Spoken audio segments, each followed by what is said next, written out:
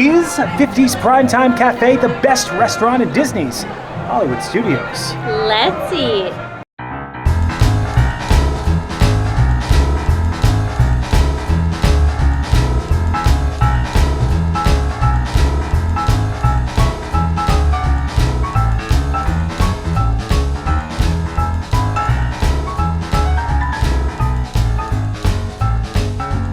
Hello everyone, I'm Jay. And I'm Sam. And you're watching the Theme Park Foodies. We are back at Disney's Hollywood Studios for part 2 of our 5-part series where we dine our top 5 favorite and the top 5 only restaurants at Disney's Hollywood Studios to see which we think is the best. This video is all about the 50's Prime Time Café. The other restaurants on this list are the Hollywood Brown Derby, Sci-Fi Dine-In, which is the last video that we just did, Hollywood and Vine, and Up Rodeo BBQ. So 50's Prime Time Café is obviously based on the 1950s. The aesthetic of the 1950s is it's supposed to be themed like you're sitting inside a relative's kind of kitchen, right? It's Mom's kitchen. Mom's kitchen, okay. And your server is a family member. A lot of the items have family member names. Aunt Liz's fried chicken. I think Cousin Megan's meatloaf.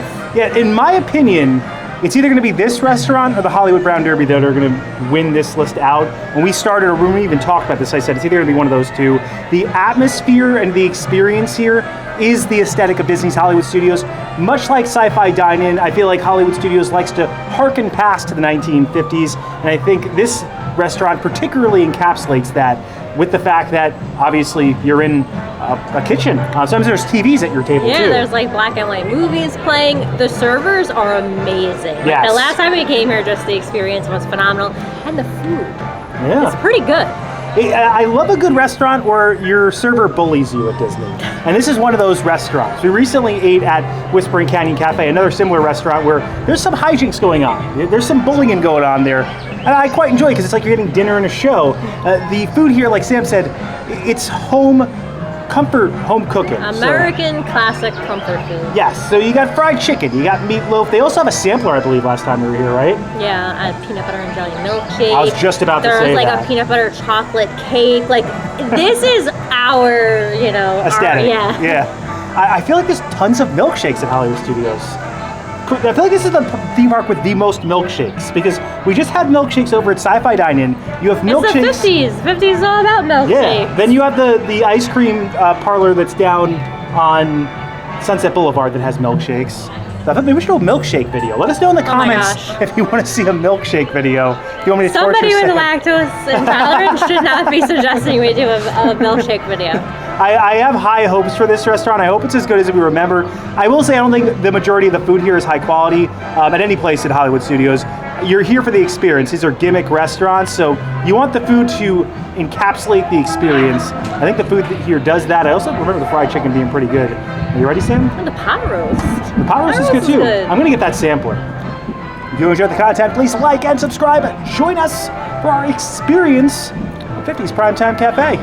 To get to 50's Prime Time Café, you'll walk obviously straight into Disney's Hollywood Studios, right down Hollywood Boulevard. You will see at the end of the street the Grauman's Chinese Theater, but we're not going too far down, guys. We're heading straight kind of towards the middle of that street. Right as you get to the Trolley Car Cafe on your right-hand side, you'll see Keystone Clothers on your left. You'll be making that left right in front of Keystone Clothers. You'll keep walking and you'll pass by Hollywood and Vine, another restaurant on this list here. Excited to eat there again. That's a character meal with Mickey and Minnie. You'll walk right past Hollywood and Vine and you will see 50's Prime Time Café, notable by the spinning TV sign right at the front. If you wanted to grab a quick drink, they actually have a tune-in lounge that is located right before you get to the main entrance. You could walk right in. They have some nice lounging areas, though there's really no seating at the tune-in lounge. You just kind of order at the bar. They do have some nice old televisions right at the front. The aesthetic inside there is great with the neon incandescent lighting. If you're looking for your stroller parking, it's going to be to the right-hand side of the main entrance. All right, so we've been seated. Love the aesthetic inside here. The linoleum floor, the different TVs. Right as you walk in, you can see all different artifacts, what look like to be antiques, sitting on the walls. And it looks like you're sitting at Mom's kitchen table. All right, let's break down the menu for you guys. Like Sam said before, they consider everyone here your family, so everyone is called your cousin. All right, the peanut butter and jelly milkshake right there at the top. They also have some hand-scooped floats. Floats, obviously known in the 1950s, handmade milkshakes. Then for appetizers, they have the beer-battered onion rings, the cornbread skillet, Cousin Bob's chowder, shrimp cocktail, and Cousin Amy's romaine wedge salad. They have a lot of wedge salads here in Hollywood Studios. See the Aunt Liz's golden fried chicken. I love me some fried chicken. Here's the pot roast that Sam brought up before. They have Cousin Harold's rigatoni pasta. This one's for the vegans. I guess Cousin Harold is a vegan. Cousin Megan's meatloaf that I love. Grilled salmon, Caesar salad, Grandpa Jean's pot pie, and 50's Prime Time Café Blue plate special. This is a pork chop. It does look like for the Caesar salad you can add chicken or salmon. And this is the sampler I was talking about. It has the pot roast, the fried chicken, and the meatloaf on it. And on the back they have the drinks. See, this is Dad's liquor cabinet. They have a PB&J cocktail, picnic punch. There's a lot of cool looking things on here. They have Dad's cocktails. Draft beers are pretty standard, it seems. Also some standard beers. They have some sparkling wines, and then some red wines. And they have some non-alcoholic specials right here at the bottom. Sam actually got a cherry-flavored soda. All right, Sam, your drink has arrived. You've actually already had a bit. Look at the little lipstick at the top. Our cousin forced me to try it immediately. It's okay. It's nothing special. It's just like a fountain Coke with some cherry syrup in it. I would give it a 7. He called this place a dump when we sat down here, too. He was telling Jason to put the camera away. Like it's no toys at the table. You want like immediately. Like we didn't even look at the menu. So. Oh, look, Sam, behind your purse. Oh, it's a cookie jar. Yeah, you have the cookie jar right next to you. We should check it for some cookies. I don't think there's any in there. All right, so Cousin Alan recommended the cornbread skillet for appetizer. The onion rings are apparently very popular. My gut cannot handle onion rings, so I decided cornbread skillet it was for us. We recently had cornbread at Whispering Canyon Cafe. This is a much different version, obviously, because it comes on a skillet. Oh, here, look. Gotta get your elbows off the table. Look at how dense that is. I want to try it with and without the butter. This is more of a true cornbread. They're calling for Cousin Alan. This is more of a true cornbread than a Boston Market style cornbread. More corn flavor, not as sweet. I'm gonna put some of this butter on it. So this is a whipped honey butter. I believe it's sea salt as well. Be one of my favorite Disney cornbreads. Not whipped. It's just a normal butter with honey on it and sea salt. I really like that. I'm gonna go 8 for the cornbread. That's a high quality cornbread. And I feel like it meets the aesthetic. Cornbread's like kind of 1950s. All right, Sam is in a take a slice of pizza cornbread. That's not pizza cornbread. It's like shaped like a pizza. Not very sweet. I mean, there's a sweetness to it, but not very sweet. Don't eat the plastic. That was Cousin Alan. It's so moist. I know everyone hates that word, but that's a moist cornbread. I like how it's so moist on the inside, but then it has like a golden outer layer. I agree with your 8. Yeah, it's some of the best cornbread I've had at Disney, so definitely recommend the cornbread as an app. All right, the entrees are here, and we got the exact same thing. We both got the sampler. That's what you can expect here. It's great. So Sam chose to get some white meat with the fried chicken. I chose dark meat. So you get to choose whether you want white or dark meat. It also comes with meatloaf, pot roast, mashed potatoes, and green beans. I feel like when you're here, you got to get the sampler. It's like the best thing here, in my opinion. Start with the meatloaf. And that's not meatloaf. I'm gonna start with the pot roast. There you go. Sorry, it's like I'm getting distracted. It's chaotic. It's good. It's not dry at all. Super tender, and I really like the gravy on it. Let me see what kind of gravy it is. Cabernet Sauvignon brown gravy. I'm gonna take that away. No, you gotta go get fire thing of water then. Stop bothering me. It's a wild place. You got some celery, some carrots in there. Nice, That's why I love this restaurant. It's an experience restaurant. nice savory gravy. I did a lot. I feel like you have more food on yours. You think my plate looks bigger? I feel like your meatloaf looks like a bigger piece. You have a much larger piece of chicken because it's white meat. I got 2 pieces of dark meat, but maybe because they know I'm a growing boy, that I need my protein, my carbs. You got some garlic mash.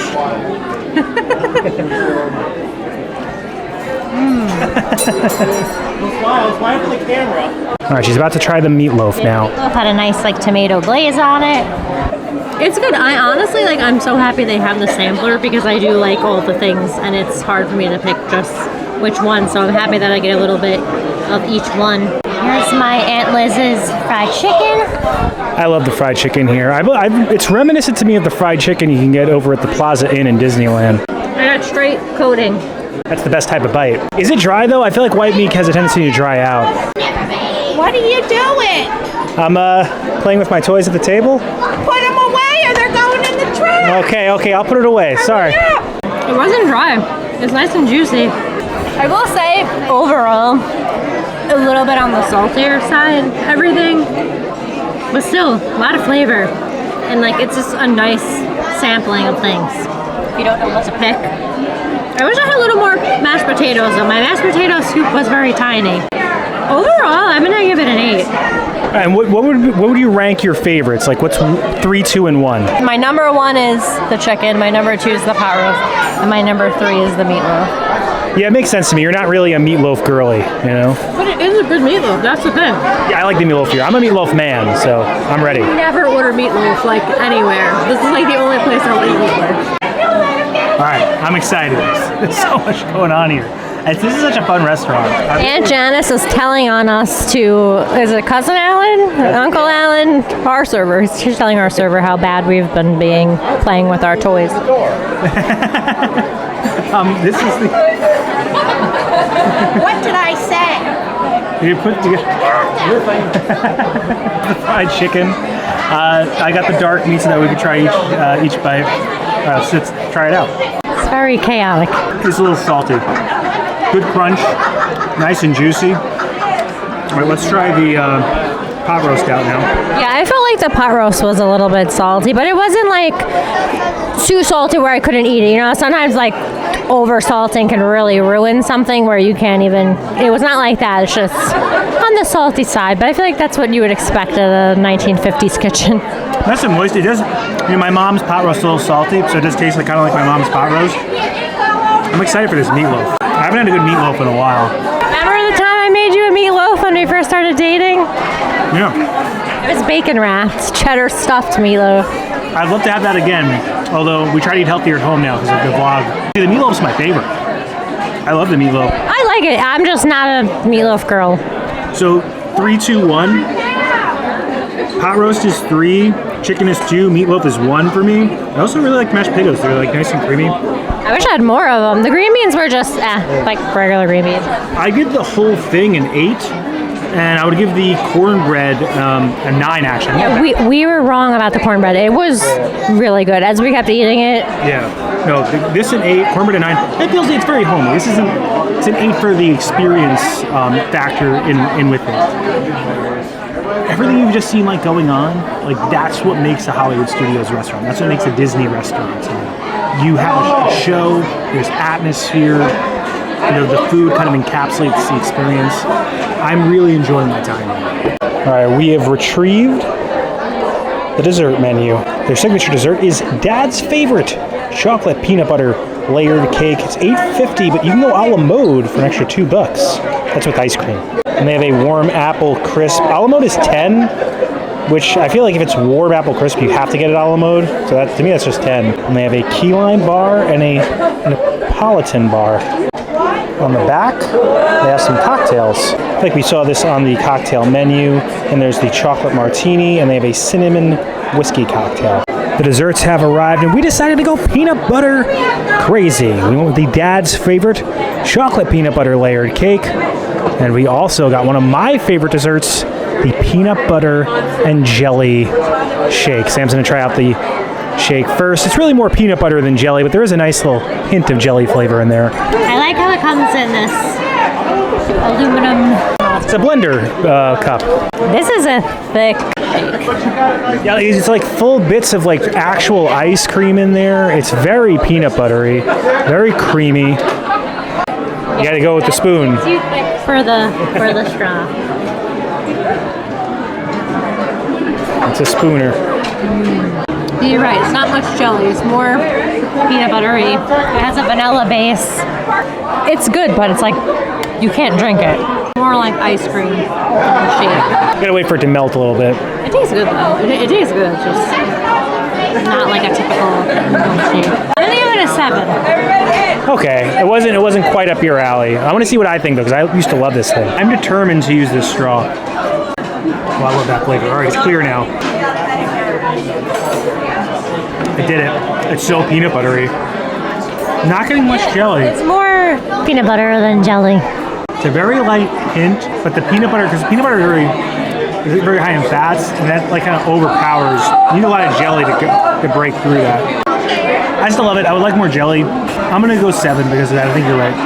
It needs more jelly. I thought you were gonna be mad at me for giving one of your favorite things a 7. It's still one of my favorite things. I don't want you guys to come here and think like, oh, this is the best thing here. For me, I probably get it every time. For me, it's probably like 8 or 9.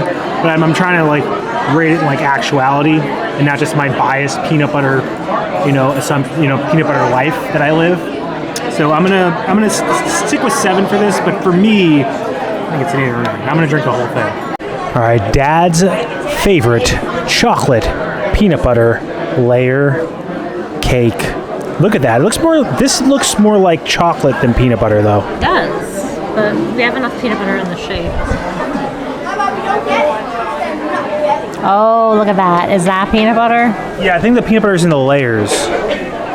This looks really, I love how it's like dripping down the side.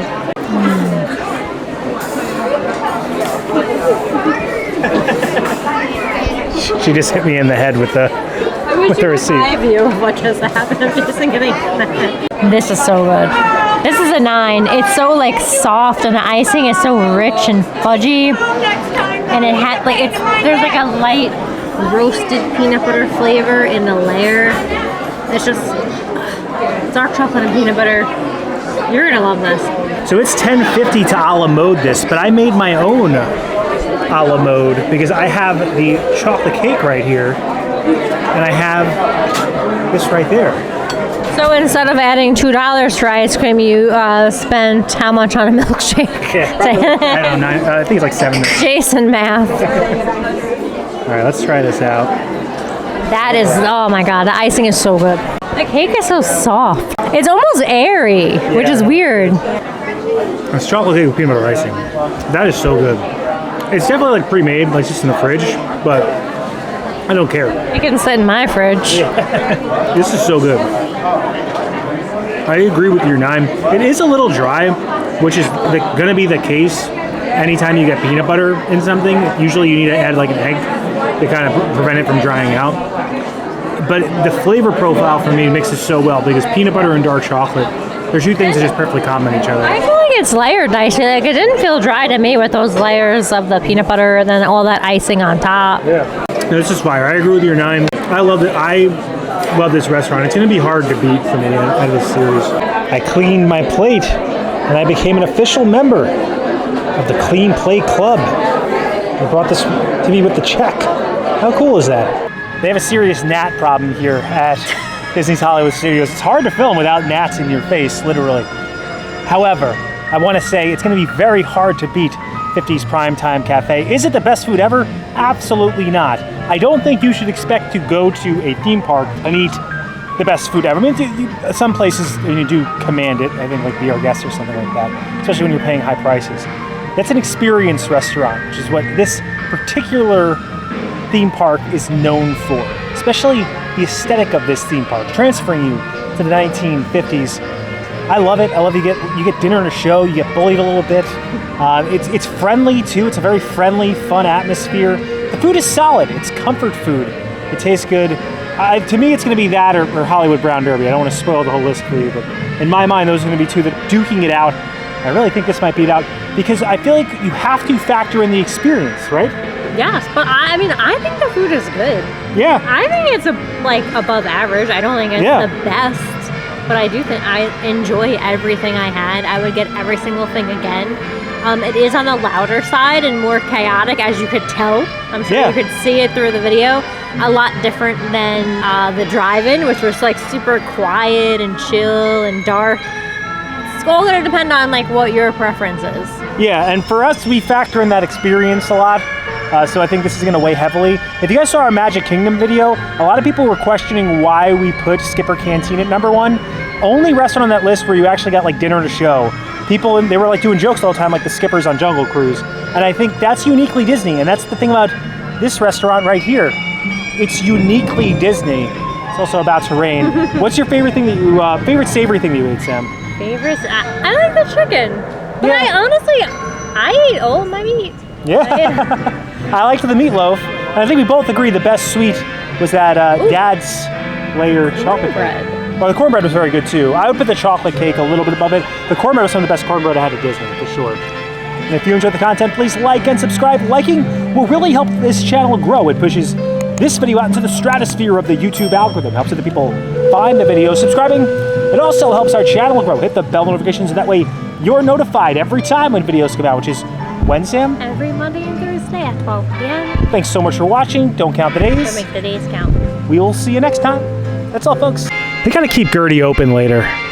Justice for Gertie. I can't wait till Gertie has the little ornament hanging out of her mouth. Yeah. Christmas is coming soon, and the rain is coming down now, so let's finish this out here. We found protection from this Coca-Cola truck that is also closed right now. It's got a little funky smell, right? I never realized all the little artifacts over here. So many nice hidden details when it's a little dead outside. The people you see scrolling up on the screen right now, those are our members. I want to give a special thank you to them and their generosity for helping us fund this channel. If you have any interest in a membership, we have tiers as low as $1.99 a month with differing perks like early access to videos and end credits credentials like you're seeing right now. We also have different tiers with different perks. If you want to check out our membership program, check out the join button below. You can learn about all those different tiers and perks. But even if you can't become a member, if you're someone who just consistently likes, comments, subscribes, engages with these videos in any way, we feel incredibly privileged to have you continuously watch and support our videos because you help us make more of them. And as always, Keep it going for Frank.